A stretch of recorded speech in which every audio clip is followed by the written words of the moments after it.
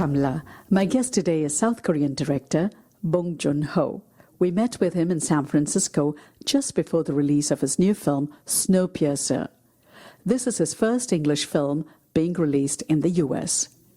We spoke with him about his love for cinema and how he discovered American films, especially those of Sam Peckinpah, and the making of Snowpiercer. Welcome to San Francisco. Yeah. Hello. So congratulations on your new movie. This is your first English movie that's going to be introduced to America. 그렇죠. 영어는 처음이죠. 네. Yes, that's true. It's my first English language movie. Okay. So you are known in Korea as Bong TAE-IL, which means detail, known for your detailed look and feel for all your movies. And you found out about this movie through a comic book that you read. You were so arrested by that book that you just stood there and read the entire comic. Yeah. What were the details in that comic that got you interested? So, yes, it was really first of all, the style of the pictures was very unique, but just the situation. An ice age comes and everything freezes, and through the ice and snow a train passes by, and inside the train are the last survivors of humanity. And just the feeling of the visuals and even the smells I could imagine right away. Okay, so did you ever meet the creator of the comic book? Because one of them is no longer, he's no longer alive. The one that's alive is Jean-Marc Rochette. So did you ever meet him? So in 2005, he found the comic book, and the production company bought the rights. The first time he met one of the authors was at the Cannes Film Festival in 2006. Where I was with the host. I was at the festival with the host. Yes. And Benjamin Legrand, the writer, he was there for the Critics Week. He was on the jury for the Critics Week portion. And this film was in the host was in the director's fortnight, and they met there. They saw the host together. And Jean-Marc Rochette was in Paris at the time, and I went there afterwards and met him, and we all became friends. So has Jean-Marc Rochette seen the film? Yeah, so Jean-Marc and Benjamin, they came to Seoul to see the film there. They saw it, we saw it together in France, and it was a very happy experience. The comic book came out in the 1980s, and it was a bit forgotten, but because of the film, it was published again in France and also for the first time in the US and places like Germany. Yeah, the English translation is just out. Yeah. So how crazy did you go writing the story? Because this has been with you since 2005, and you were working with another South Korean writer for the screenplay, and then you brought in Kelly Masterson to do the screenplay. How crazy was it for you to write? Because when you are crazy and stressed, you read comic books. And this is something that you like doing, reading comic books. But then here you are trying to create a movie out of this comic book. graphic novel 자체가 so the graphic novel itself was very unique, but to make it into a 2-hour narrative for film, you needed to change it. So the idea was to just swallow the comic whole and then regurgitate it in the cinematic form. So by doing that, all the episodes and the characters changed. 그래서 켈리 마스터스는 이제 내가 So yes, Kelly came aboard, but the first draft was I wrote it by myself. There wasn't another Korean writer. So as far as the structure, the scene order, and the characters, that was all my work. But then it needed English dialogue, so I brought on Kelly Masterson, and he had done Sidney Lumet's final film before The Devil Knows You're Dead, and I was really impressed with his dialogue and his characterization. I want to go back to his childhood and how he saw films in Korea. You saw it through the U.S. Armed Forces channel, movie channel, right? AFKN. What was it called? AFKN, American Forces Korean Network. Okay. And Sam Peckinpah. His influence on you is very big. Yeah. And he talked about humans being violent. Nature is not violent. Humans are violent. And that's what you show in this film. It's the human beings within the train that are violent. And Capture the human beings. Become very violent. yes, and then every gate, it's like a layer being taken off. And you're showing, so it's like the caste system, class system, how the world is. Yeah. Talk to us about Sam Peckinpah's influence on you, because he's also influenced Quentin Tarantino, who is a big fan of your movies. Yeah, I'm also a big fan of Quentin, of course, and Sam Peckinpah, not only Sam Peckinpah, but also many 1970s American movies. I loved that. So, in case of Sam Peckinpah, at the time in 1970s, there was no Cinematheque in South Korea.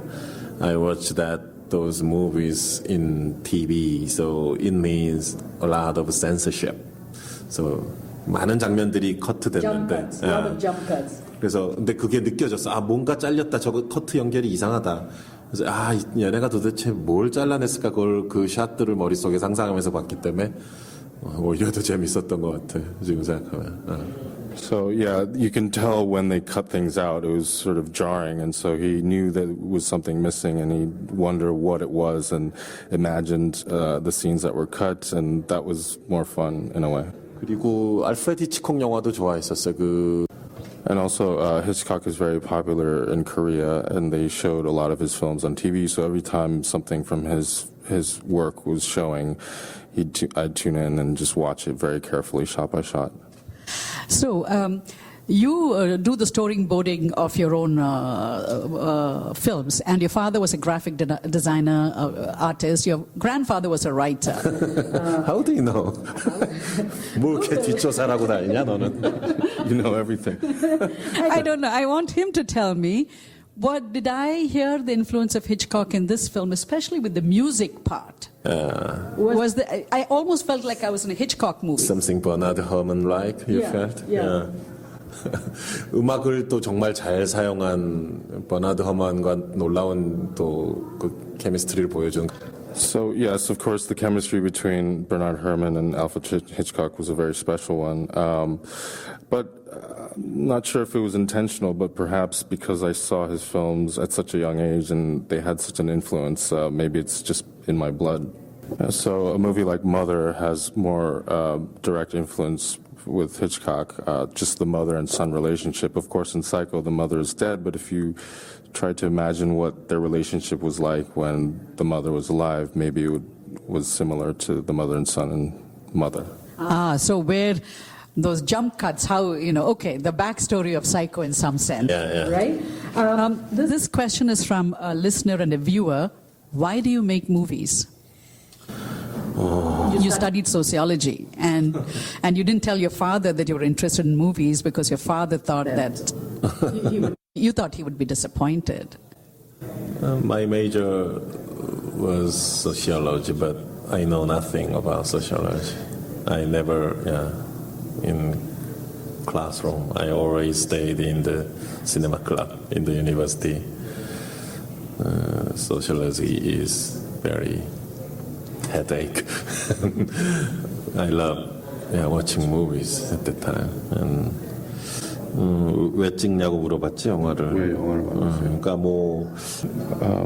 So I have a bit of an obsessive personality, and I have to relieve it. If I get obsessed with something, I have to do it. And it's just something that I have to do. So whether it's a story that I have to make or an image that I really want to shoot, it's really just something I have to see through to the end. Otherwise, it's very hard on me. So if I didn't make movies, maybe I'd get some sort of condition and go crazy. 설국열차도 이렇게 눈과 얼음 사이로. Yeah, so in Snowpiercer, I just really wanted to shoot a train going through the ice and snow. I really wanted to do that, and it took 8 or 9 years, quite a long time. But and the film is done, and we're finally showing it to people here. And one day soon it'll be in my bookshelf as a DVD, and that's when I feel like it's finally over and I've completed. This obsession is now over. So really, it's when I hold that DVD in my hand is when I feel like I've actually achieved what I set out to do. And so if during that process of making the film something happens and we don't get to the finish line, it's hard to even imagine. It would be really hard on me. But DVD is old technology. Streaming is the new technology. So if it's on Netflix, what do you think about it? 넷플릭스 있고 뭐 한국도 요즘 VOD가 엄청 발전해가지고 이제 뭐 망이 네트워크 다 깔리고 그랬는데. Yeah, Netflix, of course, and even in Korea, a lot of VOD mechanisms are available, and it's quite popular now. And I also watch at home through VOD. But for me, it feels a bit strange because it's not something you can touch or hold in your hand like a DVD or a film can. It's just a bunch of digital pixels floating in the air, and so it makes me a little bit uneasy. Humor, dark humor is one of your motives, you know, in all your movies. And in this movie, I almost missed the humor. And then I looked at my notes. It was the eternal engine. It was the humor came when Tilda Swinton talks about the engine. Was that part of the comic book, or is that something that you brought into the film, the humor part? Was dark humor part of the comic book? 만화에는 유머보다는 훨씬 더 무거운 철학적 분위기가 있는 편이고요.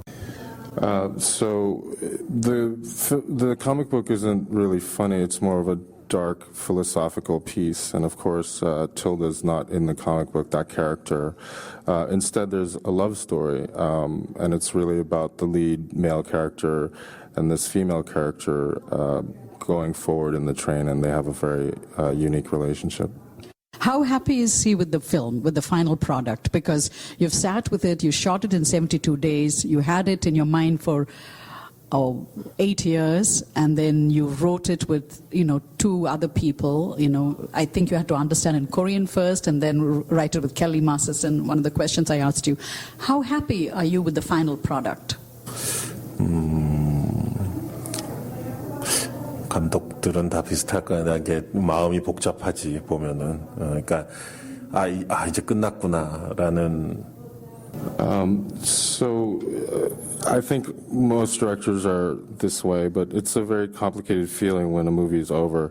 It's kind of like Lord of the Rings when they throw the ring into Mordor, and it does feel freeing, but you can't help look back and say, oh, well, I could have done this better, or why did I shoot it that way, and have these sort of complicated or mixed emotions about it. But it's really more so with movies that I made more recently. In the case of Memories of Murder, which I shot 10 years ago, it was the anniversary, and I rewatched it. And so it's not so much with the older films, but the more recent ones. Mm-hmm. And in this film, the opening scene, why did you have the plane? Because it was kind of disconcerting, because the credits come on and then there's that crescendo, your name comes, and then the blue sky with the plane, and then suddenly you hear all this news, very disorienting about climate change, about, the ice age and everything. So I was wondering, how did you come up with the opening scene, putting that collage together? 뭔가 되게 강렬하고 심플한 오프닝, 그러니까 So I was really just going for a simple and strong opening, just giving me information about global warming, about this artificial chemical that's being sprayed, and it's the end of the world. Really just a simple backstory. And a movie like I Am Legend with Will Smith was it was an important reference. 거기서 엠마 톰슨이 나와가지고 갑자기 TV에서 엠마 톰슨이 나와가지고. Yeah, so you see Emma Thompson on TV saying, "Oh, we found the cure for cancer," and then you cut very abruptly and you see an empty New York where everyone's dead and only Will Smith is alive, and just that sort of jarring contrast is what I was going for. Thank you so much for your time. Thank you.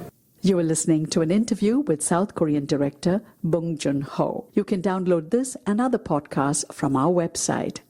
We have a YouTube channel where you can discover more interviews with filmmakers, entrepreneurs, and technologists.